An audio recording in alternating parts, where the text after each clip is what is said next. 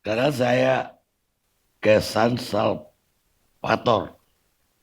Beliau ini Wakil Ketua Umum Jokowi Mania dan Prabowo Mania. Double ya.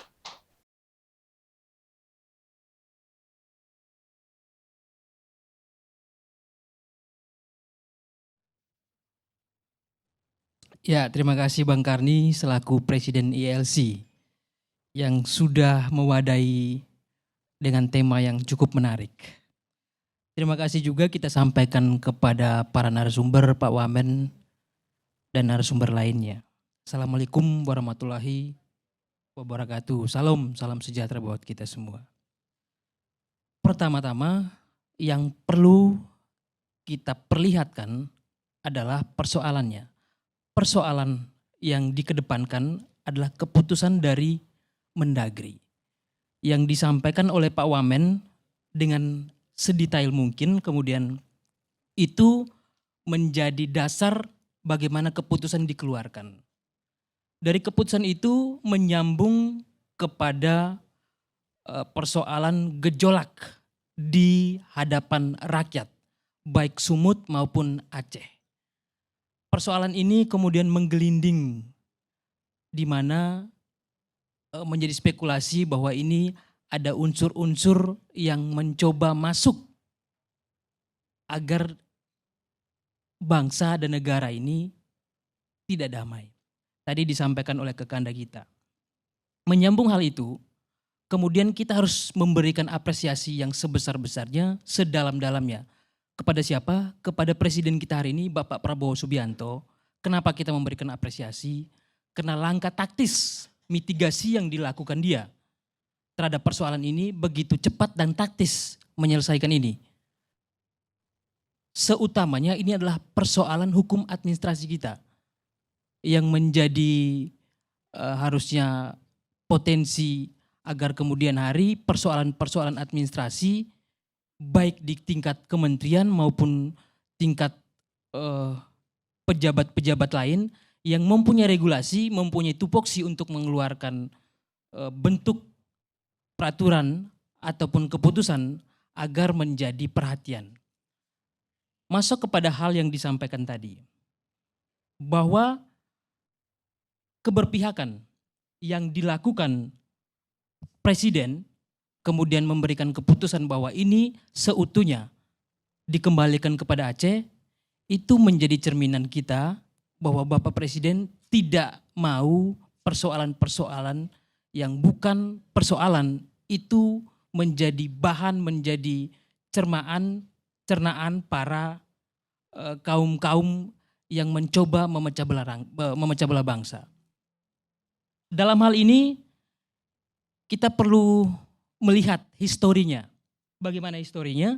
Tadi disampaikan oleh salah satu perwakilan tim perunding dari GAM, bahwa itu jelas historinya disampaikan. Kemudian ada keputusan-keputusan yang hari ini sudah dilakukan.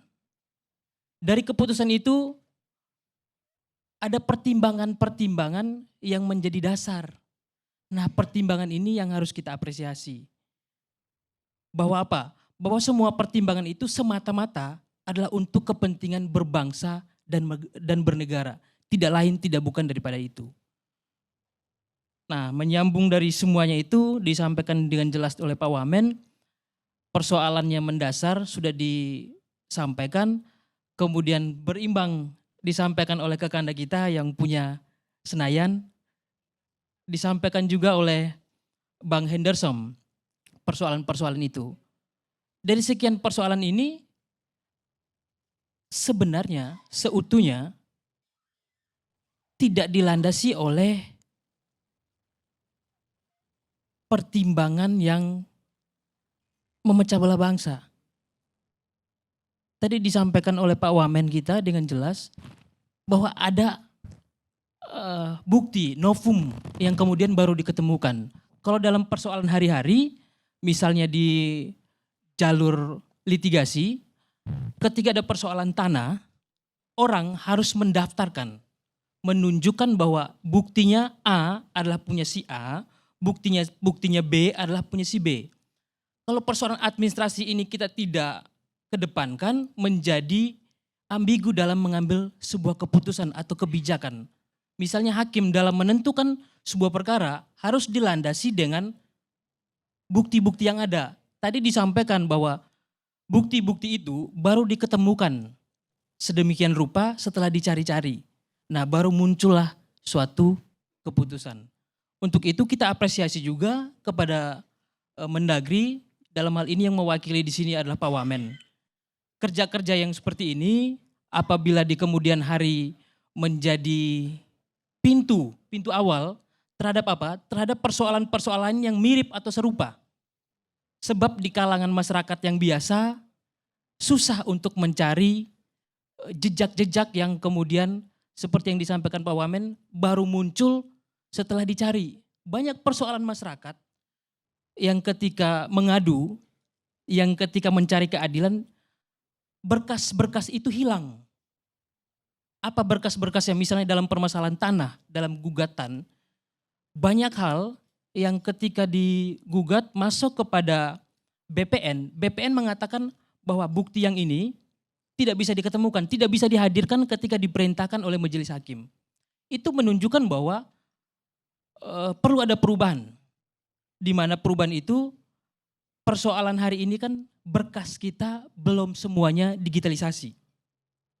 Nah, untuk itu tadi menyambung yang disampaikan oleh Pak Wamen, kita mensupport itu agar data-data kita baik yang persoalan Kemendagri maupun persoalan-persoalan kementerian lainnya yang berhubungan dengan khalayak masyarakat itu agar didigitalisasi sehingga kemudian hari ketika masyarakat atau persoalan-persoalan hukum yang ingin diselesaikan dalam mencari bukti itu lebih mudah. Saya pikir demikian. Baik, terima kasih Salvator ya. Jadi Salvator lagi. Sekarang giliran Hamid Awaludin. Beliau ini Menteri Hukum dan HAM periode 2004-2007 ya. 2009-2007. Dan beliau juga tim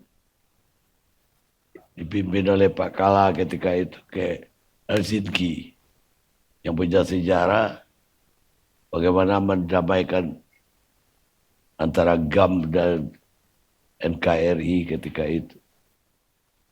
Karena itu sangat layak untuk melihat dan memberikan pendapat soal kasus ini.